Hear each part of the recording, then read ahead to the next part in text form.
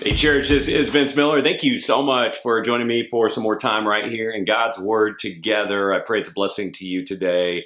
We're just continuing this short journey, which is going to have an apex here in just a couple of days. Understanding this territory or city of Gaza, seeing its biblical implications so we can understand how to respond to it spiritually even today. And you're going to love the ending to the story of Gaza. I promise you, you will. Today we're going to jump ahead a couple of books into 2 Kings chapter 18, verse 8. We're going to read about Hezekiah and his reign. Just one verse. It reads, He, that's Hezekiah, King Hezekiah, struck down the Philistines. There's this war that continues. As far as Gaza, there's our city, and its territory, from watchtower to fortified city. So catching you up a little bit, chapter 18 here drops in to the reign of King Hezekiah of Judah.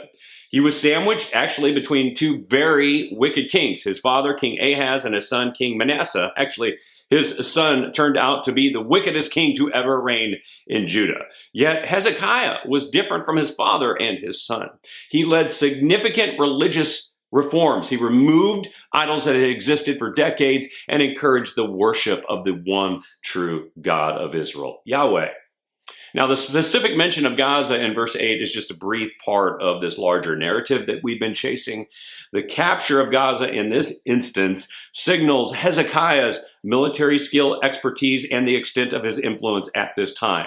Because Gaza, as we have learned, is a key Philistine city, and his capture would have weakened the Philistines while simultaneously strengthening the position of Judah. It suggests that Judah was now a force to be reckoned with under Hezekiah, and that the nation was in the time of the spiritual and political renewal, which don't you wish we were in that time? I mean, defeating the Philistines up to this region and territory in the city was not just a military accomplishment. It had theological implications, showcasing that this nation followed God, prospered, and then God expanded its territories. You know, fellas, sometimes life hands us a legacy or a situation we don't ask for, doesn't it? Kind of like Hezekiah here. Maybe it's a family history or workplace culture or challenges that feel like they're just holding you back.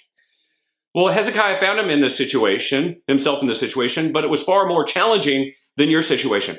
He was sandwiched between two of the nation's worst leaders, a disobedient father and son.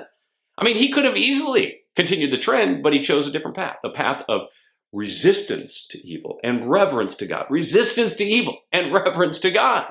The lesson here for us is twofold.